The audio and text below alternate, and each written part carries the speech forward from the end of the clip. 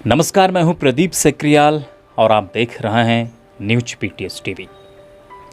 आज हम आपको उत्तराखंड में बीते 10-12 दिनों के अंदर जो दुष्कर्म की 3 बड़ी घटनाएं हुई हैं उसके बारे में जिक्र करना चाहते हैं। और इसके बारे में जिक्र इसलिए भी बहुत ज़रूरी है ताकि आप लोग भी सतर्क रह सकते हैं और इन घटनाक्रम के बारे में जानने के बाद आपको भी एहसास होगा कि अब किस तरह से उत्तराखंड के पहाड़ी क्षेत्रों में भी अब माँ बेटियों के साथ दुष्कर्म की घटनाएं लगातार बढ़ती जा रही हैं। सबसे पहले हम जिक्र करेंगे रुड़की क्षेत्र में, जहां पर एक माँ और उसकी 6 साल की मासूम लड़की के साथ 5 लोगों ने गैंग रेप किया, सामूहिक दुष्कर्म को अंजाम दिया। उसके बाद हम जिक्र करेंगे कि बागेश्वर क्षेत्र में एक इंसान की शक्ल में हैवान ने मात्र 2 साल की मासूम बच्ची के साथ दुष्कर्म किया, उसका रेप किया, उसके बाद उसकी गला दबाकर हत्या कर दी। उसके बाद जिक्र करेंगे हम अल्मोड़ा सोमेश्वर क्षेत्र की किसी गांव की घटना, जहां पर एक 14 साल की नाबालिग लड़की के साथ गांव के ही 2 बुजुर्गों ने दुष्कर्म किया, उसके साथ रेप किया, बलात्कार किया। तो इन तीनों घटनाक्रम के बारे में एक बार संक्षिप्त में मैं आपको जानकारी दे देता हूं कि किस तरह से इन घटनाओं को अंजाम दिया गया था। रुड़की क्षेत्र में बीते 24 जून की रात एक महिला अपनी 6 साल की मासूम बच्ची के साथ, लड़की के साथ रुड़की से कलियर क्षेत्र की तरफ को जाती है। इसी दौरान एक बाइक सवार आता है और बाइक सवार एक युवक, जो कि इसका नाम सोनू बताया जा रहा है और महिला भी उसको जानती थी, वह उस महिला को लिफ्ट ऑफर करता है। उसको बोलता है कि मैं आपको छोड़ देता हूँ, आपको जहाँ भी जाना है। महिला सोचती है कि इतनी रात को ये हमारी हेल्प कर रहा है तो अच्छी बात है। वह युवक उस महिला और उस 6 साल की मासूम लड़की को अपनी बाइक में बैठा कर ले जाता है और एक सुनसान रास्ते पर उस महिला को डरा धमकाकर उसके साथ दुष्कर्म करता है, रेप करता है उसके साथ। जब वह इस घटनाक्रम को अंजाम दे रहा होता है, इसी दौरान वहां से एक सफ़ेद कलर की कार होकर के निकलती है। उस कार में 4 लोग सवार रहते हैं। वो उस घटनाक्रम को देख करके समझ जाते हैं, स्थिति को भांप लेते हैं।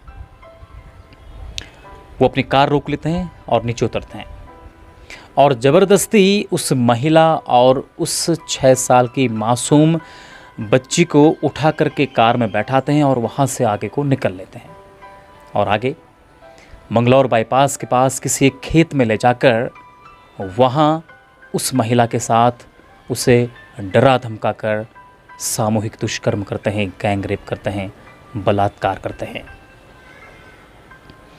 वो आरोपी बलात्कारी सिर्फ उस माँ के साथ ही इस दुष्कर्म की घटना को अंजाम नहीं देते हैं, बल्कि उस 6 साल की मासूम के साथ भी वो दुष्कर्म, गैंग रेप और बलात्कार करते हैं। वो 6 साल की मासूम चीखती है, चिल्लाती है, लेकिन उस रात में उस खेत में उनकी हेल्प के लिए कोई होता नहीं है आसपास। उसके बाद वो 4 के 4 आरोपी उस माँ और उसकी बेटी को उसी खेत में फेंक करके वहाँ से भाग निकलते हैं। माँ बदहवास स्थिति में अपनी 6 साल की मासूम लड़की को लहूलुहान हालात में लेकर के नज़दीक के थाना पहुँचती है, जहाँ पर पुलिसकर्मी भी उस बच्ची की हालत को देख करके सिहर उठते हैं, उनकी आंखों से भी आंसू निकलते हैं।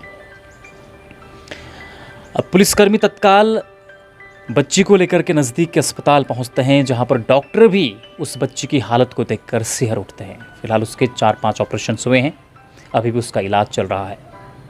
इसी बीच उस क्षेत्र के पुलिस के लिए बहुत बड़ा चैलेंजिंग था कि किस तरह से इन 5 के 5 आरोपियों को गिरफ्तार किया जाए। इसके लिए पुलिस टीम ने 6 टीमों का गठन किया और 100 से अधिक सीसीटीवी कैमरों को खंगाला गया और उस घटनास्थल के आसपास जितने भी फ़ोन कॉल्स एक्टिव थे, फ़ोन नंबर्स एक्टिव थे, उनको ट्रेस किया गया। आखिरकार 6 दिन की कड़ी मशक्क़त के बाद पुलिस ने 5 के 5 आरोपियों को गिरफ्तार कर जेल भेज दिया है। इस पर हमारे पास नई अपडेट जो आई है, उस पर अपडेट यह है कि उत्तराखंड में किसी भी एडवोकेट ने, वकील ने इन 5 के 5 बलात्कारियों का केस लड़ने से इनकार कर दिया है।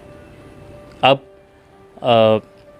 बताया जा रहा है कि आरोपी पक्ष की तरफ से अब दिल्ली से एडवोकेट हायर किए जा रहे हैं।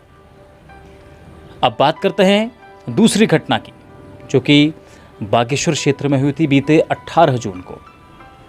18 जून को जो आरोपी है, जिसका नाम धीरज तिवारी बताया जा रहा है, धीरज तिवारी के मकान में नेपाली मूल का एक श्रमिक का परिवार रहता था और रोज की तरह श्रमिक अपने काम पर जाता था। 18 जून की बात है जब दिन में 2 साल की मासूम बच्ची सो रही थी। इसी दौरान आरोपी धीरज ने सबसे पहले उस 2 साल की मासूम की रिश्ते में भाभी के साथ ज़बरदस्ती दुष्कर्म किया। उसके बाद उसने सो रही 2 साल की मासूम बच्ची के साथ भी दुष्कर्म किया और उसके बाद जब वो चीख रही थी, चिल्ला रही थी, रो रही थी, तब उसने उसकी गला दबाकर हत्या कर पास के ही एक गधेरे में फेंक दिया। जब श्रमिक अपने काम से लौट कर के आया वापस, तो उसने देखा कि उसकी बच्ची आसपास कहीं भी नहीं है। वो बहुत बेचैन हो गया और परेशान हो गया। उसने आसपास के लोगों को पूछा, उनको जानकारी दी कि मेरी बच्ची गायब है और उसने हेल्प मांगी आसपास के लोगों से। इसी दौरान आसपास के लोगों ने भी खोजा तो उन्हें वो बच्ची नहीं मिली। उन्होंने सोचा कि कहीं ना कहीं गुलदार या फिर तेंदुए के द्वारा उस बच्ची को अपना निवाला बना लिया गया है। जब मामला थाने तक पहुंचता है तो थाने से पुलिस की टीम आती है। तो पुलिस टीम जब ढूंढती है, खोजती है, तो फाइनली उनको बच्ची का शव पास के एक नाले से, गधेरे से मिलता है। और जब पुलिस वाले उस शव को देखते हैं तो उन्हें संदेह होता है कि इसे किसी जानवर या फिर तेंदुए ने अपना निवाला नहीं बनाया है। उसके बाद लोगों से सख्ती के साथ पूछताछ होती है तो वो महिला सच उगल देती है कि किस तरह से उस हैवान ने, और सबसे शर्मनाक और बात तो ये है कि वह एक प्राइवेट स्कूल में टीचर भी हुआ करता था। तो उसने 2 साल की उस मासूम के साथ किस तरह से दरिंदगी को अंजाम दिया, ये निश्चित तौर पर इस कहानी को सुनकर के, इस स्टोरी को सुनकर के, इस घटनाक्रम को सुनकर के लोगों के रूह कांप उठी है।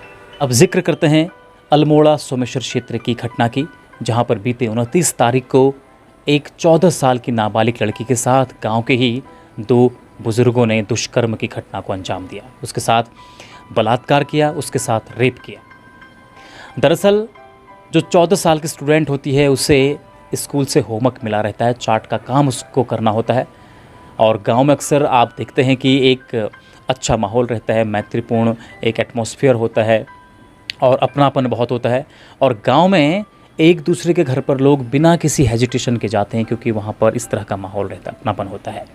इसी तरह से बीते 29 तारीख को भी 14 साल की वह नाबालिग लड़की गांव के ही रिश्ते में किसी दादा के घर पर जाती है और स्कूल का काम कर रही होती है। इस दौरान वह दादा उसको बंधक बनाकर उसके साथ दुष्कर्म करता है, रेप करता है। इसी दौरान गांव के ही रिश्ते में कोई एक ताऊ लगते हैं, वो भी उस घटनाक्रम का वीडियो अपने फ़ोन पर शूट करता है और इसके एवज में और उस लड़की को ब्लैकमेल कर उसके साथ वो भी ज़बरदस्ती दुष्कर्म को अंजाम देता है। फिलहाल मामला थाने तक पहुंचता है और दोनों बुज़ुर्गों को, और दोनों की उम्र 65 साल से ऊपर की बताई जा रही है और दोनों को सलाखों के पीछे भेज दिया गया है। तो ये 3 घटनाएं थी जिन घटनाओं को सुनने के बाद निश्चित तौर पर आप भी चिंतित हो रहे होंगे और आपको भी सतर्क होने की आवश्यकता है। इन तीनों घटनाक्रम को लेकर के आपकी क्या प्रतिक्रियाएं हैं, हमें कमेंट कर ज़रूर बताएं।